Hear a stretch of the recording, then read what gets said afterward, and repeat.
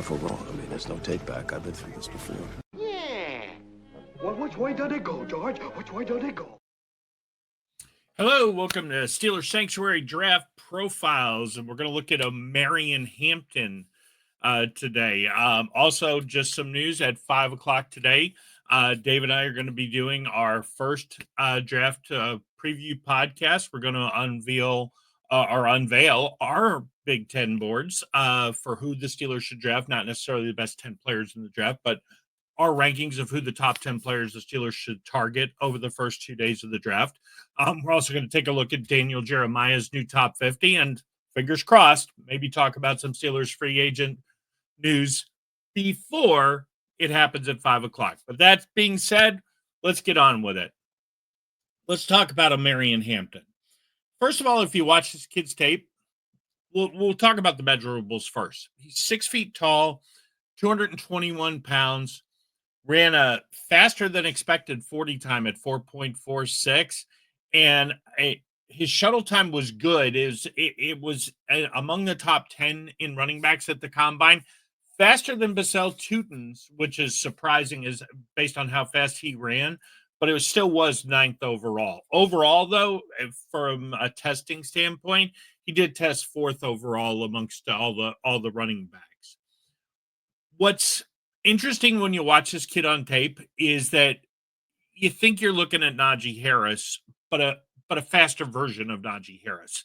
A lot of similar traits. Kid doesn't put the ball on the ground, didn't fumble once in college. There's some things we're going to go through it, but if you watch this and you come away thinking Najee, you're not altogether wrong. He's just faster and, in my opinion, a lot more decisive. So let's take a look at what's to like about him. You know, first of all, Najee and Jalen were an excellent tandem. I think this kid slides into that role very well.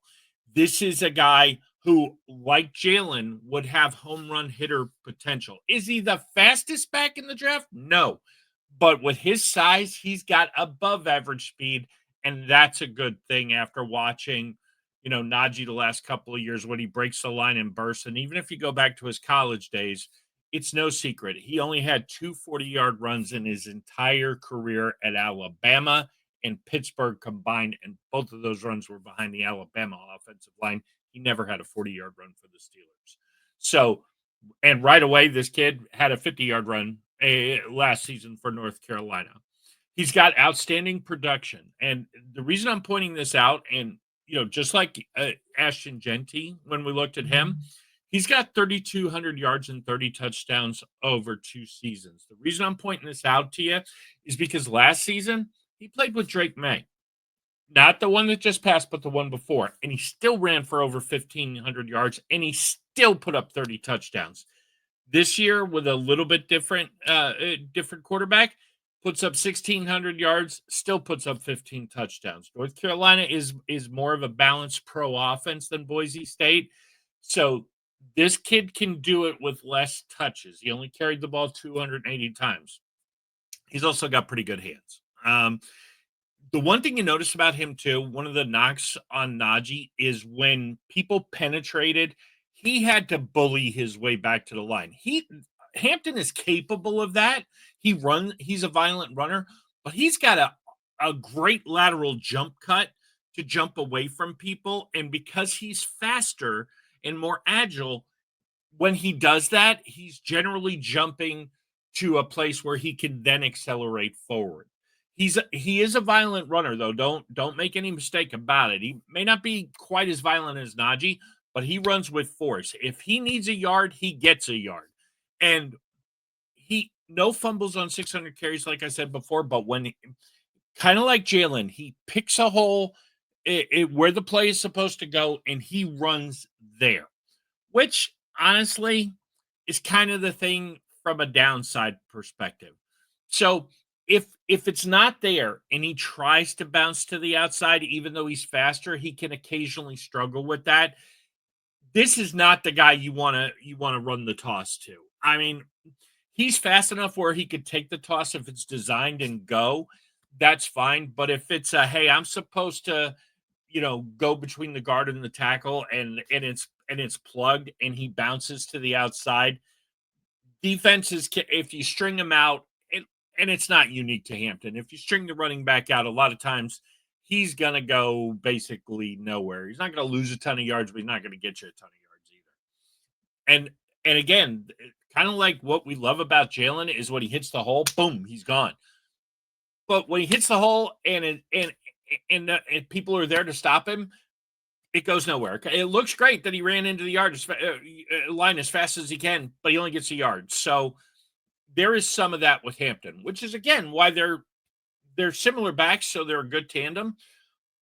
But these are things he's going to have to work on. The vision isn't always perfect, but he's a rookie who can run himself out of trouble, where I think that's where Najee had issues is, he either lost his confidence in that rookie year where he was getting constantly hit behind the line, or he just never had that vision to begin with, and he wasn't fast enough to make up for, hey, if I pick the wrong hole, I can still hit it hard. This kid is fast enough where even if he picks the wrong hole, he runs with such force and commitment and speed that he could still make that work. He's okay. This guy's okay with a 3-yard run. And sometimes it seemed like Najee wasn't.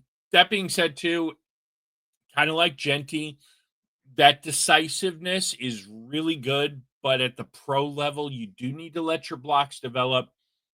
So that's something to watch out for. But these are things that can be coached. I say that, he's going to the Steelers. But like I said, if he goes to the Steelers, I should say, are they capable of coaching it out of him?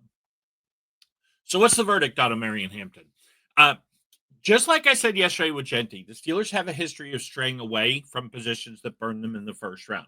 Now, if for some reason, while us fans and observers, a lot of us, not all of us, think that Najee was a mistake in the first round, if Khan and Tomlin don't feel like Najee was a mistake in the first round, I could see Hampton as the pick here. Because, number one, I think if Genty runs a good time, like I said yesterday, Genty would be gone. I still think it'd be way too early to pick Hampton. But he protects the ball and he has a better burst. I mean, I think it's an upgrade over Najee Harris. Pick 21, my opinion, too early for Genty or for Hampton. But if he slides to the beginning of the second round, I think Omar Khan should strongly consider trading up. If he's there at the beginning of day 2, I would strongly consider trying to move up and get this kid, because your offense is already kind of geared for it. It's just a bigger, stronger. It's probably what you were expecting to get when you drafted Harris a few years ago. That's all I got. I'm looking forward to our draft show at 5 p.m. I'm really excited to see what Dave has in his top 10. I know it's going to be different, and we encourage you guys all to join us and comment in the chat. We'll talk about players, and we're going to have some fun. So look forward to seeing you guys this afternoon. Why am I so sad? Am I doing the wrong thing? It's just that sometimes goodbyes are a bitch. T-shirt idea. Goodbye stink. I will see you tomorrow at lunch. I am looking forward to lunch.